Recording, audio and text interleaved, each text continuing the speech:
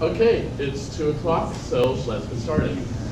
So you may have seen quiz 5 is out on Blackboard, and it's due it's due Saturday, just like all the other ones have been. Part 2, homework 2 is due Sunday. How many of you actually did something of part 1? Okay, so it's weird, like it's all this side and not that side. But if you haven't done part 1, or any other parts for that matter, I highly recommend that you do. We give really good feedback. I highly recommend that you do that. Please understand at least how to do the questions, at the very least. Any questions before we start about anything related to the class or materials? No questions at all? Gotta be one. Yeah. Yeah. Absolutely. Do you have a copy or do you want? I know them by heart. I think. Well, question 5, it says show that L1 is regular and L2 is regular. For the conditions. It's You don't have to bring it up, just talk. It says load sigma equals, and then it says like 5 L. Let L1 be the set of all strings and sigma star. Oh yeah, that one. So what it says is that, so first of all, what's a substring?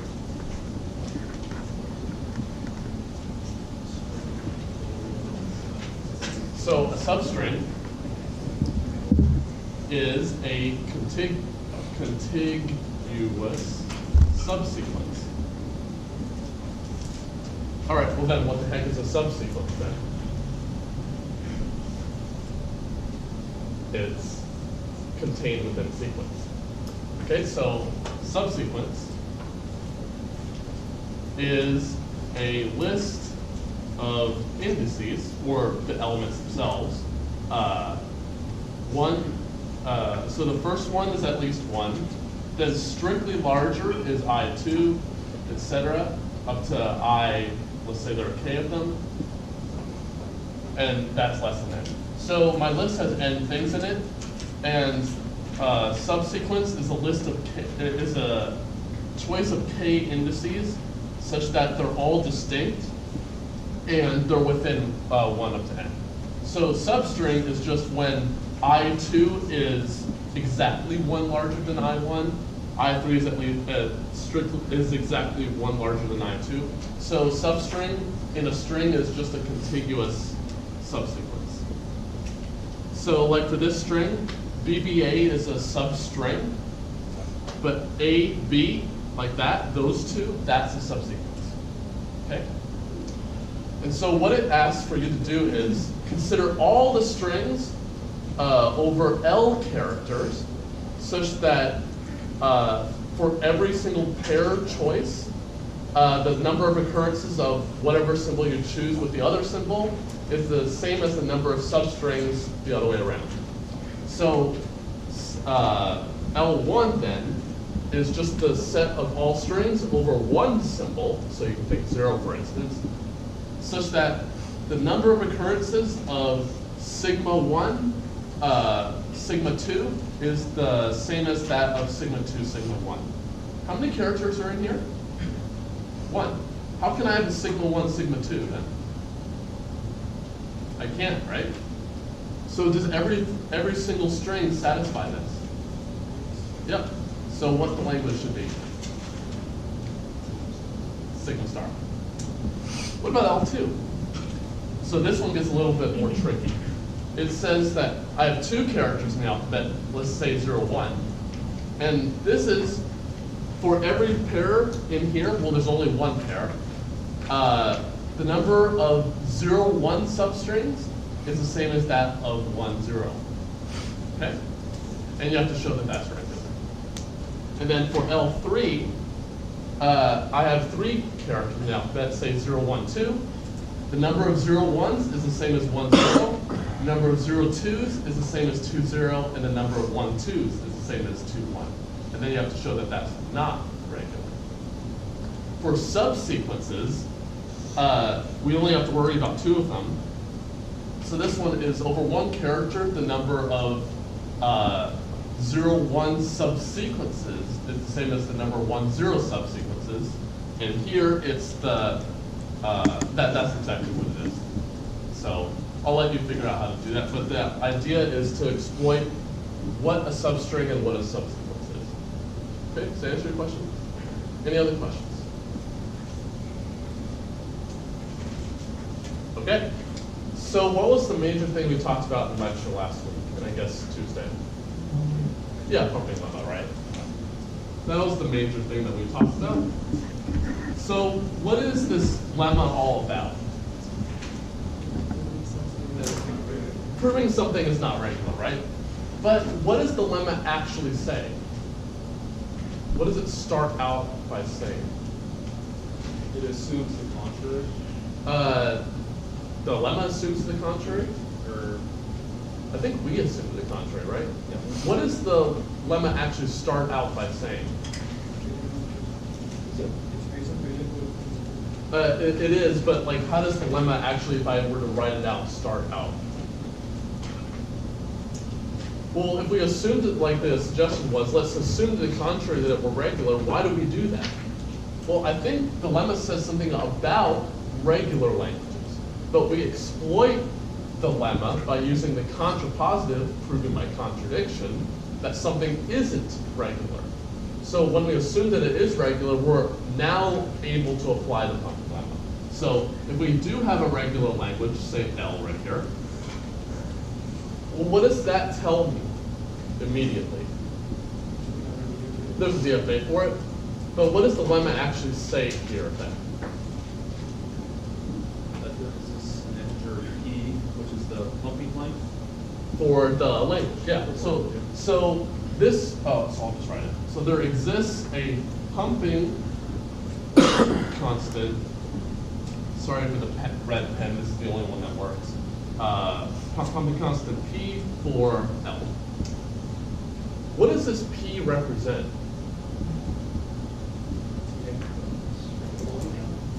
So something would do with length or number of something. So what does it represent? Well, since we know that this is regular, there's a DFA for it. This P is going to represent the number of states. And why do we want to represent it as the number of states? Well, we'll see in a second. So what does the lemma actually say about the language itself once we get to here? Well, let's see. Let's figure out what the diagram was we talked about last time in lecture. So we have this DFA right here. What did we want to do with this DFA? What did we want to happen? Yeah, the pigeonhole principle, things to repeat. What things to repeat? The states. So how can I guarantee that I will repeat a state when I feed an input to it? Well, empty string is definitely not going to repeat a state, but what if I feed a really, really, really, really long string to this thing? Is it guaranteed to repeat then? Any string that's more than the number of states. Exactly. If it has length at least the number of states, I will repeat a state. So let's think about that for a second. So let's say that this state in the middle is the state that repeats. So this is a little bit of a, I guess, misleading. All three of these states may be exactly the same state. I'm just drawing them differently. So let's say that this state's the one that I see twice, at least twice. Well, let's say that, well, from the start state, I better have a way to get to that state. And there's some sequence of characters that I read along the way, so let's call that X. Just give it a name. I said that that state repeats, so I have to be able to come out and then come back to it. Let's call it Y, the characters along the way. And I have to make another assumption about this string. I better accept it, because the lemma actually only talks about strings that are in the language itself. So I better go to some final state. And let's call the way from that repeating state to whatever final state you can see. So let me ask you this. Is X, Y, Z in the language of this DFA? Yeah, because if I just read off the labels, we'll get to a final state.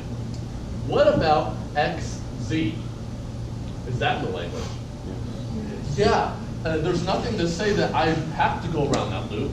I can just go the other route. What about X, Y, Y, Z? Any number of I's in, any number of Y's in the middle? Yeah, that's okay. So that'll be helpful in a second. Well, how did I even get a string that I guarantee will repeat a state and is in the language? So what is the long enough criterion? How do I specify that here? Well, how did I guarantee that there's a repeating state in the middle? The length of the string is at least? Number of states. What is the number of states represented as here? P. All right, so let's talk about every string in the language. So I have to go to a final state and be long enough, have length at least P. Okay? Well, if I have such a string, then I can write it in these three parts. There is a way to split it up into those three parts. Okay, there is a way to write W as X, Y, Z, so that 1, 2, and 3. Well, one thing we just came to the conclusion is any number of Y's is okay, I stay in the language. So how do I represent X followed by any number of Y's that I want with a Z at the end? Well, X, Y, star, Z, but I want to talk about every single one of those strings. So I think another way of writing that is X, Y to the I, Z is in the language for all I of x0. Because no matter how many times I go around that loop, and if I find a Z afterward, I will accept. Okay? Well, how did we get the other two conditions? First of all, what are the other two conditions? What's there? Well, I'm not talking about a DFA right here. Size of Y is greater than or equal to 1. Right. So the size of Y is at least 1, or another way of saying that is it's not the empty string. And why is this why? How come this is true? Well, let's see. What if it were the empty string? Then what would this statement say to me then? Putting more Y's into the string, more empty strings in, I don't think it's going to change the string very much, right? If I put 10,000 empty strings there, not going to change the string. But here's another reason why it's true. I said that this state repeated, right? So that means at least one transition has occurred between the first time I saw the state and the second time. That one transition can't be the empty string because it's a DFA. So that's a way to prove it. But what was the first condition? Size of X, Y is less than the number of the P. Yes, exactly. X, Y together is at most P. So let's figure out why this is true. Well, let's see. I said that this works for every single string of length at least P. Will you agree with me that this also works for strings of length exactly P in length? Yeah, because I said less at least as large, so it works for the ones that are exactly P. So let's think about a string of length exactly P. Do I have a repetition? I better, because I have a repetition for any string of length at least the number of states. So I have a repetition, but my string only has P characters. So no matter what string I have, there must have been a repetition within the first P characters. There may have been many of them, and there may be many more if I make the string longer, but I can guarantee that the repetition occurs within the first P characters. So what is the repetition here? What part repeats? The Y part. Oh, so I know the end of the Y part, the substring Y, can't be later than the P character. Oh, but then I know x came before y. So it can't have been later than the p character either. So x, y together can't be longer than p characters. So this condition is not strictly necessary, but it makes our lives a ton easier, as we'll see in a second. But any questions about this? Okay, so let's prove some things are not regular. So one example we did in class was 0 to the n, 1 to the n, for n at least 0. I'm going to slightly modify it so that it's 0 to the n, 1 to the n, 2 to the n. And we can kind of guess that it's not regular, but let's formally prove it here. So I claim that this is not regular. So let's see. Oh wait, it says that I want to show that this is not regular, but the pumping lemma only works when the language is regular. What do I do? Oh yeah, I assume that it is regular, then I can apply the lemma. So let's assume L1 were regular. All right. So what does this immediately tell me via the pumping lemma? The fact that it is regular now. There's a constant p for L1. All right. So there exists a p for L1. I won't say pumping constant every single time, but it means pumping constant. So let's see. I know I want to get a contradiction at the end of this. So let's see what the lemma says. It says that for every single string in this language that's long enough, I can pump the string. There is a way to pump the string. But if I can find you one example that I can prove can't be pumped, then it violates this for all thing, right? So then what can I conclude? It's not regular. It can't be regular, because if it were, then every string would have worked, but I just found you one that doesn't. Okay? So I think my goal now is to pick a string that's in the language and long enough. So let's choose one. So I'm going to give you a bad example first.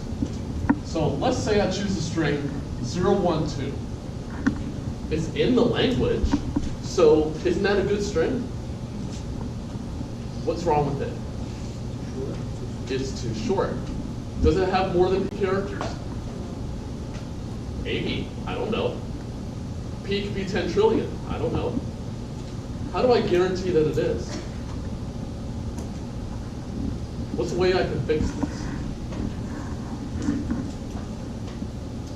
I gotta have equal number zeros, ones, and twos. So maybe what I can do is have p zeros, p ones, p twos. Would that work? Yeah, I think so. Let's see. So if I put a p on all three here.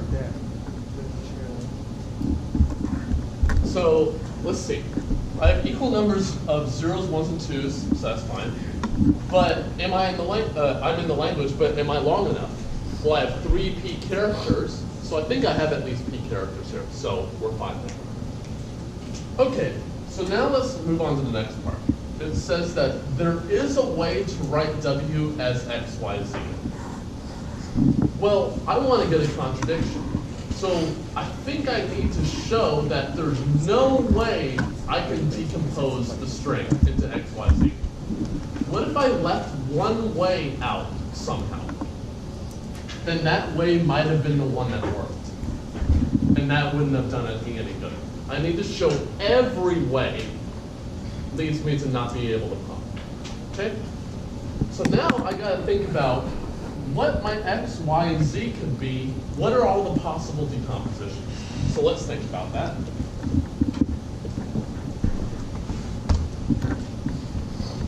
But I know that x is at the beginning, so it has to contain some number of zeros for sure. But could the x part contain ones? No, and why is that? Oh, the first one. So this isn't necessary, but see how it's so helpful here. It's telling me that the x part can only contain zeros because x, y's length can't be more than p characters, but all p characters are zeros at the start. Oh, what does that tell me about the y's? They're all zeros too. Okay, well, again, I still have to check every single possible way. I can't just say x is empty, then I check the case where x is a single zero. I can't do that. But I know x is some number of zeros. Let's just say it has a zeros for all possible values of a. Well, I know that x could be empty, so let's say that a is at least 0. And by the same reasoning, we know y also consists of entirely zeros. But again, I don't know how many it has, so I don't know if it has the same number as x, but it has some number. Do I know anything about what b is? Minus 7. Greater than 0? Greater than 1. Greater than 1. And why is that? Ah, the second condition. Right. So b has to be at least 1. And I'm just letting you know right now, we're not going to be using the a at least 0 condition, but we will use the b at least 1 condition. All right. Well, z, I think, is the rest of the string, because there are only 3 parts of the string. Well, let's see. What is z then? I started off with p zeros. I took away a from the x part, took away b more for the y part. So how many zeros do I have left? P minus A minus P minus a minus b. Simple arithmetic. And then I didn't touch the 1s and 2s. Simple enough. Okay, well, I'm starting to near the bottom of the board, so I need to start thinking about what my contradiction is going to be. So where is the contradiction going to arise, do you think? What's that? Where do you think the contradiction is going to happen? Oh, sorry? It's going to have something to do with y, but in terms of the lemma itself, where's the contradiction going to happen, do you think? That's not going to have a problem here. 3. I think number 3, right? I built the string based off number 1 and 2. I think number 3 is going to cause us a problem. Well, let's see. It says that no matter how many times I put y into the string, I'm going to always stay in the language. Even if I take y out, I'm going to still stay in the language. So that's going to be probably our contradiction. Because if I can show you for one value of I for which I can get out of the language, then this for all part just falls apart, right? So therefore the language would be regular. Well, so now I think I need to choose a specific value of I. And so now for these two, I'm going to let you guys pick a value for me. What value shouldn't I pick? 1, right? Because that's the one I started with, because I only have 1 copy of y. So I better pick something other than 1. 0, that's perfectly good. For this example, every value other than 1 works. I'm just letting you know. So let's just choose I equals 0. So what is that? That is x, y to the 0, z. Well, what is any string picked 0 times? Empty string. So that is just xz, no problem. And then what I need to do is just copy and paste my x part and then my z part. So my x is 0 to the a, and then the z is this. P minus a minus b, 1 to the p, 2 to the b. I think I see 2 runs of zeros here, so let's try to put them all together. So how many zeros do you think I'm going to have left? P minus b, right. I have an a number of zeros here, then I take away a, then I take away another b. So I have p minus b zeros, 1 to the p, 2. So what should I check about this string now? I think I should check whether it's in the language or not. If it's not in the language, then I can conclude that L1's not regular. But what would the only way for it to be in the language be? B is greater than 1. Well, let's see. The only way it could be in the language is if the number of zeros, 1s, and 2s is the same. Well, that tells me that p minus b better be equal to p. Well, let's see. that says P minus B is equal to P, but what does that statement tell me? B better be 0 in order for this to be true, right? That's the only way it could be in the language. But is B equal to 0 a contradiction? Yeah, because I just said that B is at least 1. I better have Y better be non-empty string. So what can I conclude from this? There's no way that this string could be an L1. There's no way. And then therefore, since I found a string that I can pump out of the language, I think the language is not regular now. So I can conclude way down here, L1 is not regular. Cool. Any questions about how we did all that? Yeah. Because we chose 0, we looked at the string xz, so then I copied down my x part, my z part right here, and then I noted that these a's go away, so I can actually do that here. I cross off the a's because they cancel with each other, then I'm left with p minus b zeros. And then we said, well, if it's not in the language, then we immediately conclude that it's not regular. But if it is in the language, the only way that that's possible is if P minus B is equal to P. But then that can only be true of B0, which is a contradiction. Any other questions? Yeah. Just a quick clarification on the second rule there, for the length of y has to be greater than or equal to 1. Greater than or equal to 1, yes. So why are we able to set y be 0 in that sense? Or I'm choosing Y 0 times. Y is always going to be non-empty, but I'm not choosing it. It's basically I just remove it from the string. It's like over here somewhere. okay. Yeah, it's like this loop exists, but I can avoid that loop with another string. Any other question? Yeah. I'm sorry, why did we say A has to be equal or larger than 0? Yeah, because I never said anything about whether X had to be non-empty. I'm just making this more concrete of what the values are. The length of X can always be empty or non-empty. I'm just doing it to make this more concrete. Yeah. How do we know that E minus B is equal to B? That's the only way it could have been in the language. Yeah, I'm checking what is the only way it could have been in the language. Because they're all raised. So, Yeah.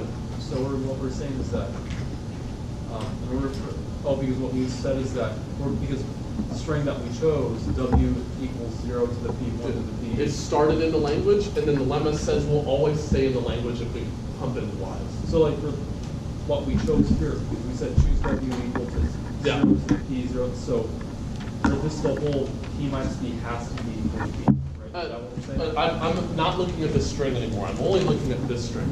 But I'm considering of whether this string is in the language. Because it says, I'm always going to get a different string, but I'm just seeing whether it always will stay in the language. Okay? Yeah. So if we had chosen I equals to a value greater than 1, would the language still have an opportunity? Yeah, I'll have like a plus some number of b's. Oh, Yeah. And so plus anything that is not 0 will give me a contradiction. but contradiction based on which one of the three? This one. Because it says it'll stay in the language for every single value of I. But I found one that doesn't. Any other questions? Okay, so I'm not going to go through the entire proof of this next one, but it's almost exactly the same. It says 3 n zeros, 2 n ones, and n2. So very similar, but very slightly different. So how do I start this proof? And I should say it's not right. How do I start a proof like this? Assume it was regular. Actually, I'll do most of it. Were regular.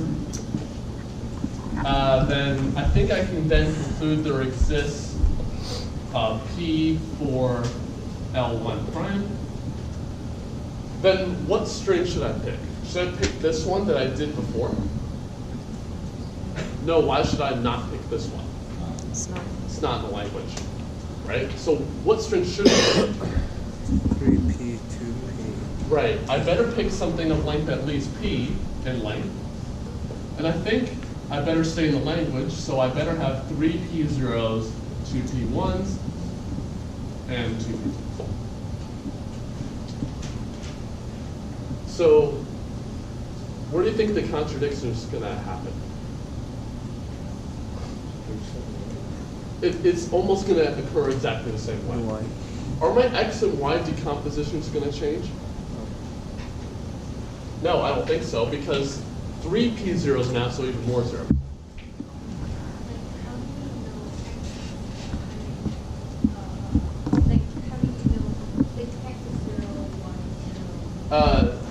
Because the first p characters are zeros, and I know that xy is the prefix, the beginning of the string, and it has length at most p.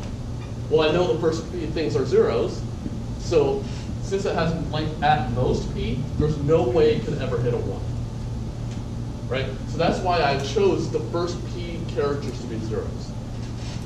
Okay? Any other questions? Okay. So I think my x and y parts are going to be exactly the same. So it's still going to be, let's just say a zeros, y is still b zeros. Let's remind ourselves b is at least 1. And what's z going to be in this case? 0 to the 3p minus a minus Yeah, b. yeah. So 3p minus a minus b, 1 to the, I guess now 2p, 2 to the p. And so I'll let you guys pick another value of I. 2. 2, works perfectly good. Any value other than 1 also in this case will work. So choose I equals 2. So now I gotta look at xy squared z. Well, what is that? That's just putting my x part down, then 2 copies of y, then the z. So 0 to the a, 0 to the b twice, because I have 2 copies, and then my z part. 3p minus a minus b, 1 to the 2p, 2 to the p.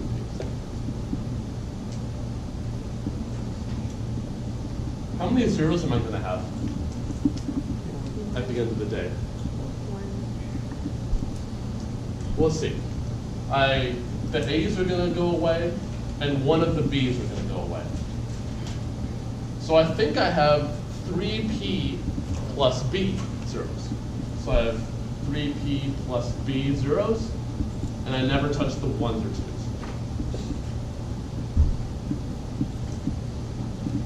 What's the only way that this could be in the language? B is 0. Well, let's just check. The only way it could be in the language is that the number of 2s times 3 is equal to the number of zeros. Well, so that must mean that 3p plus b is equal to 3 times the number of 2s, which is 3p. And then we can easily see that b is 0 in that case, which is a contradiction. So what can I conclude then? It's not regular. It's not regular. Good. So L1 prime is not regular. Okay. Are we good? Cool. So now let's do the fun ones. So now we're going to make the language somewhat harder and easier at the same time. So I only have 1 character to work with, so 0. But the condition is that the number of zeros is a perfect square. So the empty string's in there, 0. The single 1 is in there, 4 zeros are in there, 9 zeros are in there, etc. Okay? And I claim that this is not regular either. So how does this proof start? Assume L2 is regular. And then same thing as before. There exists a P for L2. Okay. So what's my next step? Yeah, pick a string. So I got to pick a string, and I guarantee you, if we had a question like this in the midterm, someone's going to put this. Is that a good string to pick? It has length at least p. Is it a good string?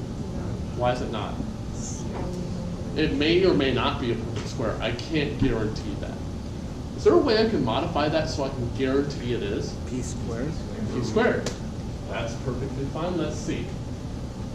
Is it in the language? Definitely. Does it have length at least P? Yeah, because P squared has a length at least P. Okay, so now I gotta look at my decompositions. All my decompositions. All right. What are my X, Y, and Z? What do I know X and Y entirely consist of? Zeros. The whole string is zeros, so therefore I think X and Y consist of zeros. So those are gonna be unchanged from before. Hey Ryan, can you explain how you knew they were zeros for the earlier ones? It's based on zeros. So this one, they all have to be zeros. Yeah. Before, how did you assign X and Y? Because I know the length of X, Y together is at most P, and it's at the beginning. Oh. So the first P characters are zeros, so there's no way P could ever get anything else. Okay? But here it's a lot easier. So what's my Z part gonna be?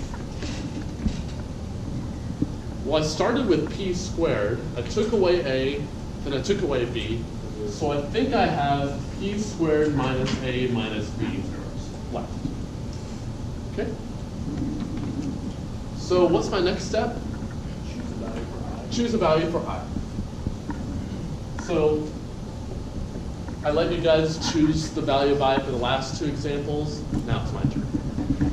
So I'm going to choose a value of I that I know pretty much that every single value of I other than 1 will work, but I'm going to do the one that makes our lives as easy as possible. So let's choose I equals 2. So what is that? That is X, Y squared Z. Just copy down the X part, 0 to the A. I'm going to shorthand this by saying it's 0 to the 2B, and then my Z part. So how many zeros am I going to have left? P squared plus B at the end. Good. What's the only way that this could possibly be in the language? 0. Well, it may be equal to some other perfect square. I don't know. It's not immediately obvious to me that it's not a perfect square. It may be, I don't know. But let's try to understand what this could be. So let's look at P squared plus B. Is P a fixed integer? Yes, because I said there's a P, there exists one, so that's fixed now. Just B allowed to be changed? Yeah. Yeah, because I'm going to look at every single possible working value of B. Okay, well let's see. What's the largest possible value? Oh, sorry. Let's do the smallest one first. What is the smallest value of P squared plus B then? P squared plus 1. Can it be 0? No. No, because Y's length is not 0. So I know that this is at least P squared plus 1. What's the relation between this and P squared? Can they be the same? No. No, why? Because actually we just showed it. It's at least P squared plus 1, and I know that these two can't possibly be the same. So it's not equal to that perfect square. So that's not that big of a trouble. But it may be equal to some other perfect square. I haven't ruled out that possibility. Well, I know it's larger than P squared, so maybe let's look at the next perfect square and see what happens. So what's the next square after P squared? Oh yeah, P plus 1 squared. So what is that value? So I think now we should put on our middle school algebra hat, right? And so, wait, what is P plus 1 squared? So yeah, P squared plus 2P plus 1. Well, it may be possible for this value to be equal to that value. I don't know. But maybe we can try to upper bound what that P squared plus B could be. So what is the largest value that P squared plus B could be? Well, let's see. I know that B itself can't be more than P, obviously. Can it be equal to P? Yeah. Can I make X empty? Yeah, there's nothing that says X can't be empty, only Y has to be not empty. So this can go all the way up to P squared plus P. What's the relation between P squared plus P and this one? I know that it has one P over there and two P over there with another one. So I know it's an inequality of some kind with P squared plus 2P plus 1. But should I put an equal on that inequality, or is it a strict inequality? Strict. It's a strict. Why? Values of P can't change. Values of P can't change, but I don't know the explicit value of P. But let's see. If P is not 0, I think the 2P is going to win here over P. But if it were 0, then this is 0 and this is 1. So that's the strict inequality. All right, well, let's see. This is the length of the string that we just made. This is as small as it possibly could get. This is the largest it possibly could get. And outside of those range are they consecutive perfect squares? Or is there one in the middle? Consecutive. Is there a perfect square between these two? No. No. So it can't be equal to both of them, and it's in the middle between them. So can it be a perfect square? No. So what can I conclude from this? B squared plus B cannot be a perfect square. And then what can I conclude in general? This language is not right. So L2 is not right. Could you explain that last one again? Yeah. Why it's not a perfect square? Yeah, so this is the length of the string we made. It could be all the way down to here. It can go all the way up to here. We said it can't be equal to this perfect square. That's pretty obvious. Well, then we said, what's the next one? So remember, next one means there isn't one in the middle. So this is the smallest next perfect square. But we showed that that can't be equal to it either. So it's in between two perfect squares and not equal to either. So there's no way it could be a perfect square. Any other questions? Yeah. It's like every piece of information up there vital. Yeah. None of it can be like done in Well, your head. vital, but yes. Okay. Yep. Any other questions? All right, so let's do the really fun one. So I think you're starting to get the flavor that regular languages and DFAs are not really that descriptive or very powerful in trying to compute something. Like I can't even check whether something's a perfect square. And this one, I can't even check if something's a prime number, which is kind of unfortunate. So let's see. L3 is 0 to the n also, but n is a prime. It's divisible by 1 and itself only. So how do I start this? Assume, yeah, so pretty much every single proof like this starts the same way. Assume we're regular. Again, exists a P for L3. Okay?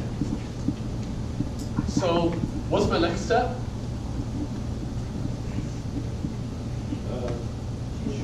Choose a string. All right. I'll move it down a little bit. So I left a space here for a reason. And I guarantee you, someone is going to do this. P stands for prime. It's at the beginning of the word prime. So therefore, this must be in the language. Is there a problem with that? P might not be prime. Can I guarantee that there's a prime at least P? Yeah, how do I know that? Are there infinitely many primes? Yes. Yeah, so can they all live below P? P is finite, so there must be infinitely many primes larger. Can I choose one of those? Sure. let's choose one. So let's so I'm gonna make a new symbol R, which is gonna represent the prime that I want. I couldn't use P because I have P here. Let R be any prime, or A prime, doesn't matter. Larger than P. And then I'm gonna choose the string 0 to the R. And then there, by that, it has length at least P for sure, and it's in the language now because R is prime. But I'm gonna make a very small modification to this. So that, and we'll see in a second why I did this. I'm gonna make it larger than P plus 2. Can I guarantee that there's a prime larger than P plus 2? Mm-hmm. Yeah, it's the same reasoning. All right, but the rest of the proof is gonna rely on that P plus 2 part. So I could have done this in the earlier example, but yeah, we'll see why. But it actually turns out to be really cool. So I get giddy over this kind of stuff, right? All right, let's see. So I could have done this earlier over there, but one thing we could have done here, since I only really need to worry about n here, I can worry about the length of the string instead of the string I actually made, because it only has one type of character in it, so it could make my life easier just to look at the length of the string. So let's see. Let's look at this string of zeros. It has length at least P plus 2, right? What is xy's length at most? P. So can I say anything about the length of z? At least 2, right? Because this has length at least P plus 2. Okay, so we know from this that the length of z is at least 2. Can I then say anything about the length of xz? Well, definitely is at least 2, but does it have to be more? No, because x could be empty. So I can only guarantee from this that it's at least 2. What I'm going to be doing is I'm going to make an integer that this is going to be multiplied by some other integer I guarantee is also at least 2. And so something at least 2 times something else at least 2, that can't be a prime number. And that's how it's going to work. Well, it doesn't seem immediately obvious to me what value of I should pick. I got to pick a value of I. So let's try to work on this in general, and then we put a value of I in there in a second. So let's look at x, y to the I, z, length. I'm not looking at the string anymore, I'm just looking at the length of the string itself. So I hope you can agree with me that this is equal to the length of xz plus the length of y to the I. Can you agree with me on that? Yeah, it seems obvious, right? Although you should prove it. It's just concatenations of strings, and then I just add up their lengths.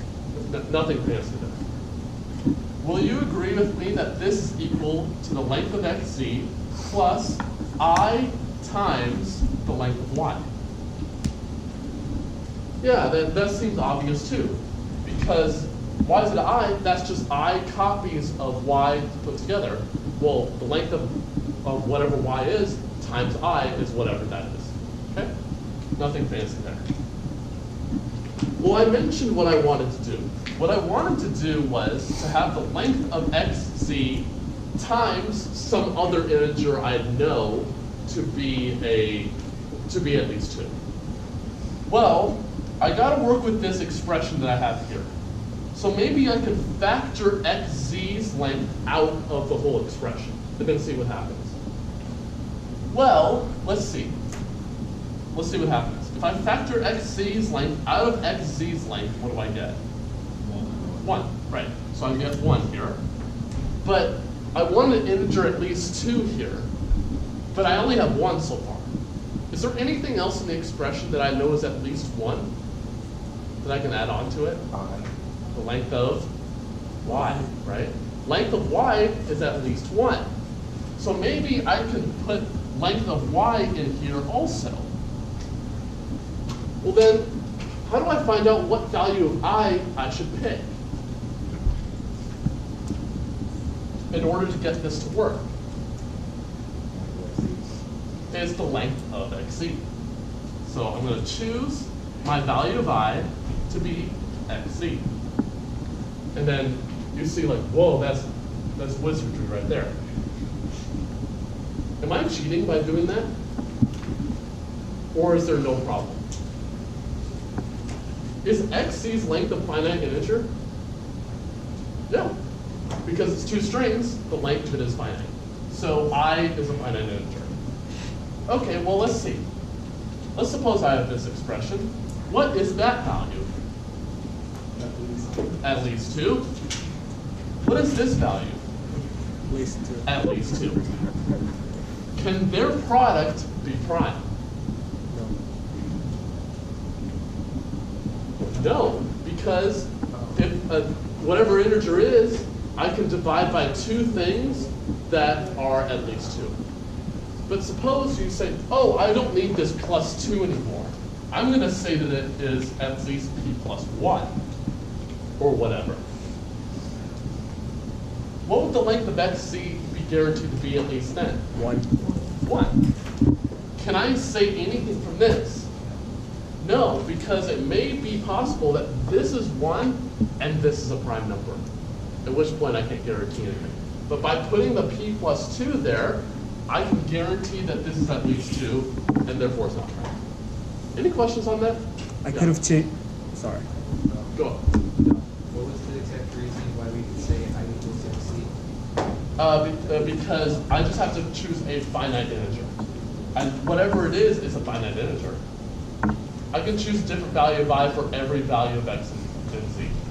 If I can find one value that works, I'm good. So is it that I can say p plus and then choose any number that is not prime? Correct? Well, 2 is a prime. What I wanted was at least 2 so that this length is What at other least 2. numbers besides 2 can I use? 3, 4, 5. You can use any number that's greater than 1. Anything at least 2 Anything. Okay. will work here, yeah. I only have to guarantee things about C. Any other questions? All right, I'll see you next week.